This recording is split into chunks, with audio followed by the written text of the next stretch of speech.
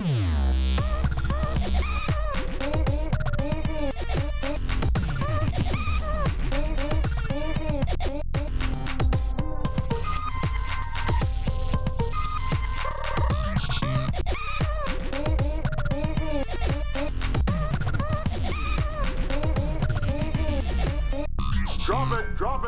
facts of this case were that Mr. Blue, an investment banker, along with representatives of ESIB, an investment bank, was drinking at the Horse and Groom pub on Great Portland Street, London, with the famous businessman Mike Ashley, to whom Mr. Blue was providing consultancy services. During the course of the evening, they talked about payments to Mr. Blue should he deliver profitable results. Mr. Blue's evidence was that Mike Ashley had told him that if share prices in his company, Sports Direct, were to go from £4 a share to over £8 a share, that Mike Ashley would pay him £15 million.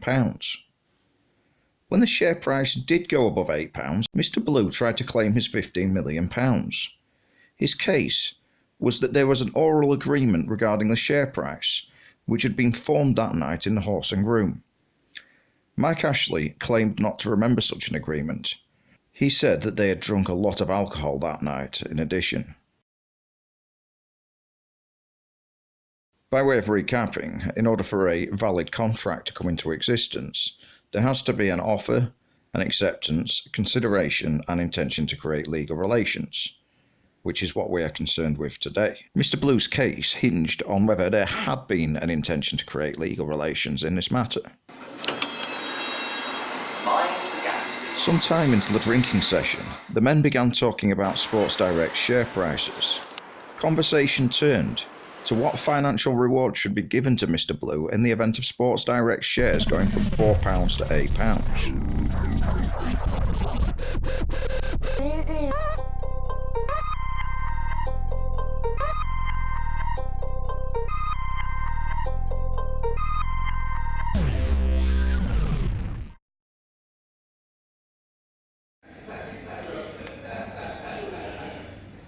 Could these be the seats where the fateful conversation occurred?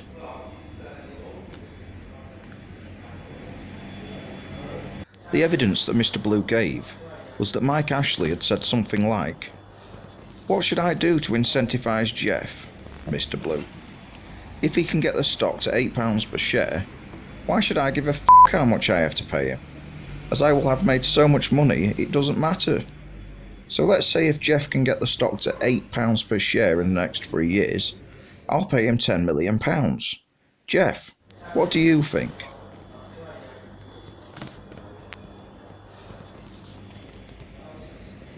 Sometime later, another member of the party, Mr. Clifton, made the following contribution.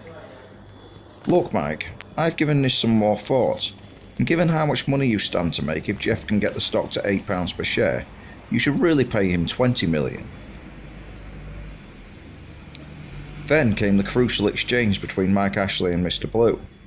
Mr. Blue's evidence was that Mike Ashley said something like, "Now that's more like it, but I'll tell you what, let's split the difference and call it $15 million if the stock gets to £8 per share in the next 3 years. Mr. Blue's evidence was that he agreed to this with a statement along the lines of, "Yes, that sounds fair." Mike Ashley's evidence was that he remembered talking about the share prices, but did not remember offering to pay any money to Mr. Blue in the event of prices reaching £8 a share.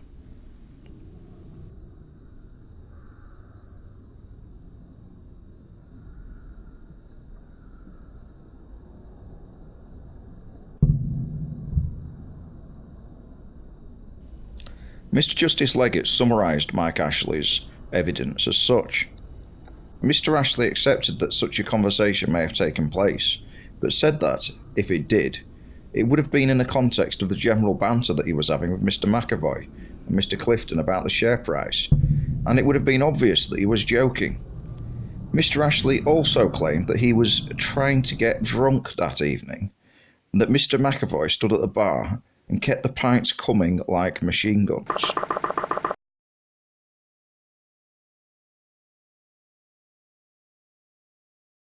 Mr. Justice Leggett rejected as fanciful the claims of such heavy drinking, though he accepted that a significant amount of alcohol had been consumed. This did not have much bearing on the outcome of his judgment, however. He found that no contract existed for 8 reasons. First of all, the informal setting. It was unlikely that a deal such as this would have been concluded in such a setting, though contracts are perfectly capable of being formed in pubs or restaurants. 2. The purpose of the occasion. Mr. Ashley and Mr. Blue were in the presence of 2 relative strangers, and we're not there to discuss Mr. Blue's remuneration. 3. The nature and tone of the conversation. 4. The lack of commercial sense. Mike Ashley did not know Mr. Blue particularly well.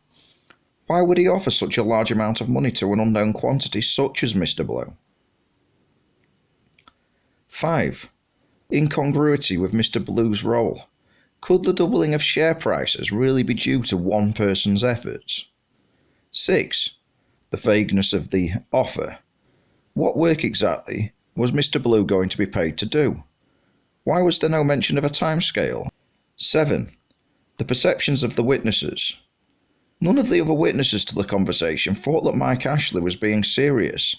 Their evidence was that the conversation amounted to banter. 8. The perception of Mr. Blue.